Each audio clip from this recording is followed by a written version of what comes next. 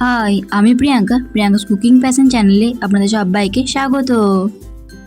আজ আমি বানিয়ে দেখাবো মশলাদার ছোলার ভুনা। এটা খেতে খুবই সুস্বাদু হয়। তাহলে দেরি না করে দেখে নিন এই মশলাদার ছোলার ভুনা আমি কিভাবে বানিয়ে থাকি। প্রথমে ছোলা সেদ্ধ করবার জন্য আমি কড়াইয়ে জল গরম হতে বসিয়ে দিয়েছি। জল কিন্তু একটু বেশিই দিয়েছি। এবার ভেজানো ছোলা দিয়ে দেব। পরিমাণ মতো নুন দিয়ে দিচ্ছি। এবার ছোলাগুলো আমি ভালোভাবে সেদ্ধ করে নেব। আপনি যদি চ্যানেলে নতুন হয়ে থাকেন তাহলে এই ভিডিওটি দেখতে দেখতে আমার চ্যানেল সাবস্ক্রাইব করুন এবং পাশে থাকা বেল আইকনটি অন করে দিন আরও নতুন নতুন ভিডিওর আপডেট পাওয়ার জন্য। বেশ কিছুক্ষণ পর ফিরে আসলাম। দেখে নেব ছোলাগুলো সেদ্ধ হয়েছে কিনা।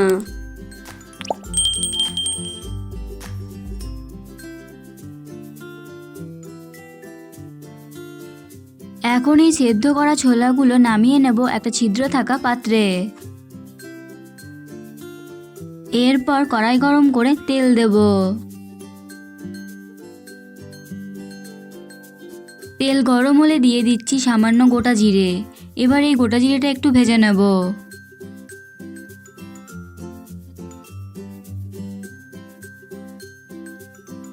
এবার এর মধ্যে দিয়ে দিচ্ছি দুটো পেঁয়াজ কুচি।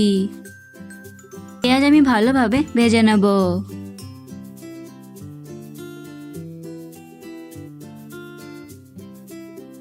পেঁয়াজ ভাজা হয়ে গেছে। এবার এর মধ্যে দিয়ে দিচ্ছি একটা টমেটো কুচি। পরিমাণ মতো লবণ দিয়ে দিচ্ছি, তবে মনে রাখতে হবে ছোলা সেদ্ধ করার সময় লবণ দিয়েছিলাম। হাফ চামচ হলুদ গুঁড়ো, হাফ চামচ লাল লঙ্কার গুঁড়ো, হাফ চামচ ধনে গুঁড়ো, হাফ চামচ জিরে গুঁড়ো। এবার সব কিছু ভালোভাবে মিশিয়ে নেব।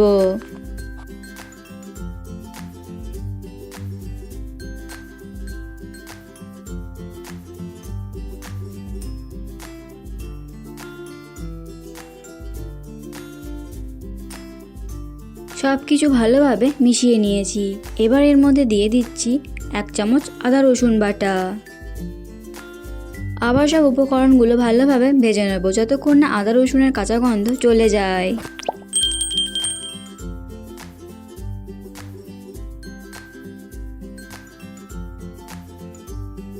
বেশ কিছুক্ষণ পর ফিরে আসলাম। টমেটো কিন্তু নাড়াচাড়া করতে করতেই গলে যায়। এবার এর মধ্যে দিয়ে দিচ্ছি সেদ্ধ করা ছোলাগুলো। সব উপকরণ ভালোভাবে মিশিয়ে নেব।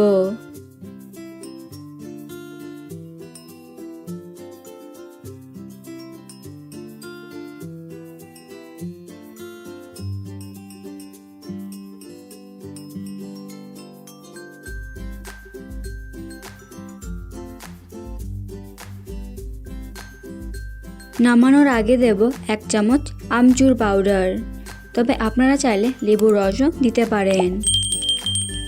আর দিয়ে দিচ্ছি এক চামচ গরম মশলা গুঁড়ো। এবার সব কিছু ভালোভাবে মিশিয়ে নিলেই তৈরি হয়ে গেল আজকের রেসিপিটি।